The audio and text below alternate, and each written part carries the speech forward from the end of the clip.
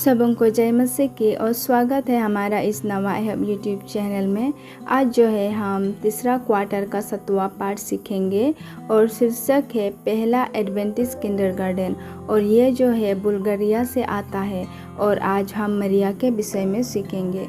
इस सप्ताह की मिशन कहानी सोफिया बुल्गारिया में रंगीन आशा नाम के एक 7th एडवेंटिस्ट किंडरगार्टन के बारे में है। इस किंडरगार्टन को इस त्रिमास के 13वां सब्बत के दान का एक हिस्सा मिलेगा, जिसे त्रिमास मिशन प्रोजेक्ट चढ़ावा दान भी कहा जाता है। मरिया का बेटा 3 साल का था और वह उसे बुल्गारिया के किसी सरकारी किंडरगार्टन में नहीं भेजना चाहती थी, लेकिन उसके पास कोई और विकल्प नहीं था। वहाँ कोई 7th एडवेंटिस्ट किंडरगार्टन नहीं थे और उसे समझ नहीं आ रहा था कि वह क्या करे। जैसे जैसे मरिया की मैटरनिटी लीव ख़त्म होने वाली थी, उसके मन में दिन रात चिंताएं भरी रहती थी। बुल्गारिया में मैटरनिटी लीव की पॉलिसी बहुत अच्छी थी और वह अपने बेटे के साथ 3 साल तक घर पर रह पाई थी, लेकिन जल्द ही उसे एक फाइनेंशियल संस्था में अपनी नौकरी पर वापस जाना था। हालांकि उसे अपने सहकर्मी और अपनी सैलरी पसंद थी, फिर भी उसे अपने बेटे को किसी पब्लिक किंडरगार्टन में भेजने में सहज महसूस नहीं हो रहा था। आखिरकार हताशा होकर एक रात उसने अपने पति से पूछा, मुझे क्या करना चाहिए? मुझे जल्द ही काम पर वापस जाना है। उसने मरिया की ओर गंभीरता से देखा और जवाब दिया, तुम कब समझोगे कि परमेश्वर चाहते हैं कि तुम खुद कुछ करो? उसके शब्द से मरिया हैरान रह गई। यह ऐसा था जैसे उसने परमेश्वर की आवाज़ सुनी हो। वह जानती थी कि वह सही कर रहा है। उसे बुल्गारिया का पहला 7th एडवेंटिस्ट किंडरगार्टन खोलना था, लेकिन कैसे? यह 2016 का साल था और बुल्गारिया में किसी भी तरह के एडवेंटिस्ट स्कूल नहीं थे। जब उन्होंने चर्च के सदस्यों के साथ अपना सपना साझा किया तो कुछ लोगों ने इस बात पर शक जाहिर किया कि कोई किंडरगार्टन सफल हो पाएगा या नहीं। उन्होंने कहा, अपना समय बर्बाद मत करो, यह नामुमकिन है। बुल्गारिया में सभी किंडरगार्टन और स्कूल मुफ्त है, तो फिर अपने बच्चों को किंडरगार्टन भेजने के लिए पैसा कौन देगा? लेकिन ठीक 3 महीना बाद रंगीन आशा किंडरगार्टन खुल गया। इसके लिए एक सही जगह ढूंढने में 6 सप्ताह लग गया। अपने 3 साल के बेटे को साथ लेकर मरिया ने बुल्गारिया की राजधानी सोफिया में कई संभावित जगहों का दौरा किया।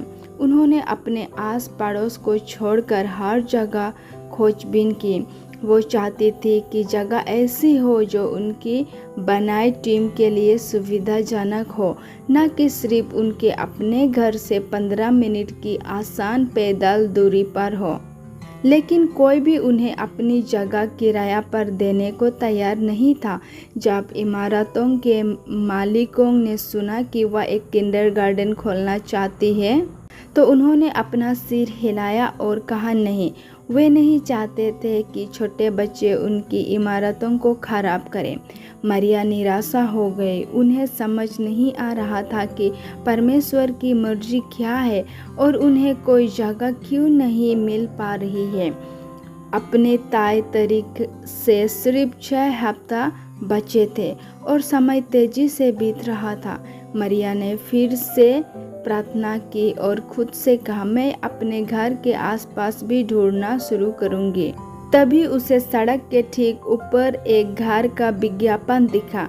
जिस पल उसने वह इमारत देखी, वह जान गई कि यही वह जगह है जिसे परमेश्वर ने उसके लिए तैयार किया है।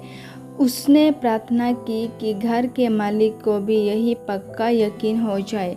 घर का मालिक इस विचार के लिए तैयार लग रहा था और मरिया ने अपनी टीम को घर दिखाने के लिए बुलाया।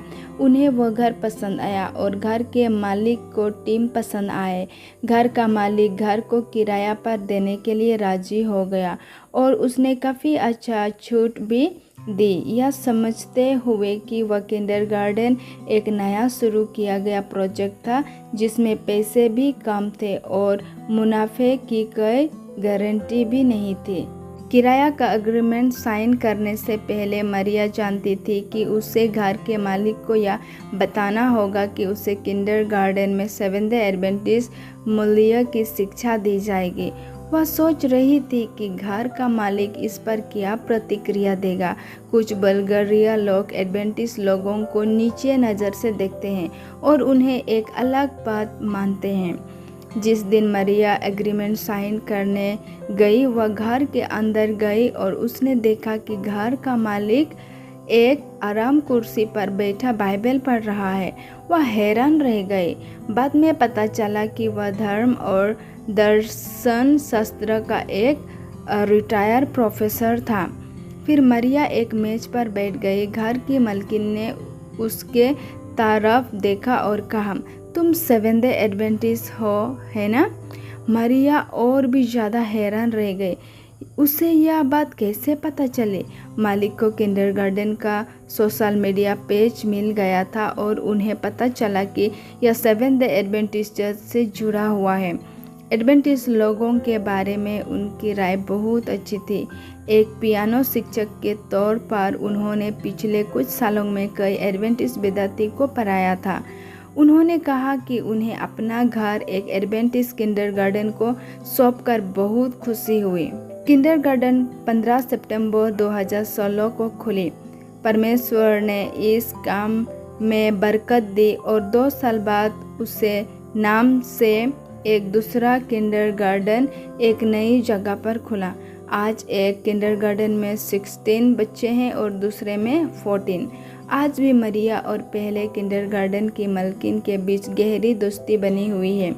जब भी वे बात करती है तो मालकिन कहती है, तुम बहुत अलग हो, तुम्हारी ज़िंदगी में परमेश्वर काम कर रहे हैं।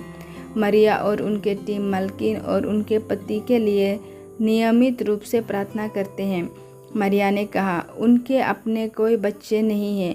वे कहती है कि यह बिल्डिंग हमें किराया पर देने से उन्हें अपनी ज़िंदगी में एक मकसद और संतोष का एहसास होता है। वे हमेशा हमारे साथ देते हैं।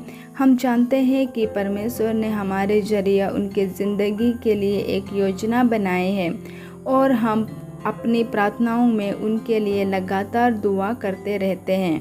इस त्रिमास की पेशकश का एक हिस्सा रंगीन आशा किंडरगार्टन को अपनी एक किराया की जगह से निकलकर सोफिया में अपने खुद की एक इमारत में जाने में मदद करेगा। बुल्गारिया में जीवन बदलने वाला इस प्रोजेक्ट का हिस्सा बनने के लिए आपका धन्यवाद। और अगर आप लोग इस वीडियो को देख रहे हैं और सब्सक्राइब नहीं किए हैं तो आप लोग सब्सक्राइब कर लीजिए ताकि आने वाले कल में जो भी मैं वीडियो बनाऊंगी सबसे पहले आप लोगों के पास पहुंच सके। Thank you. God bless all.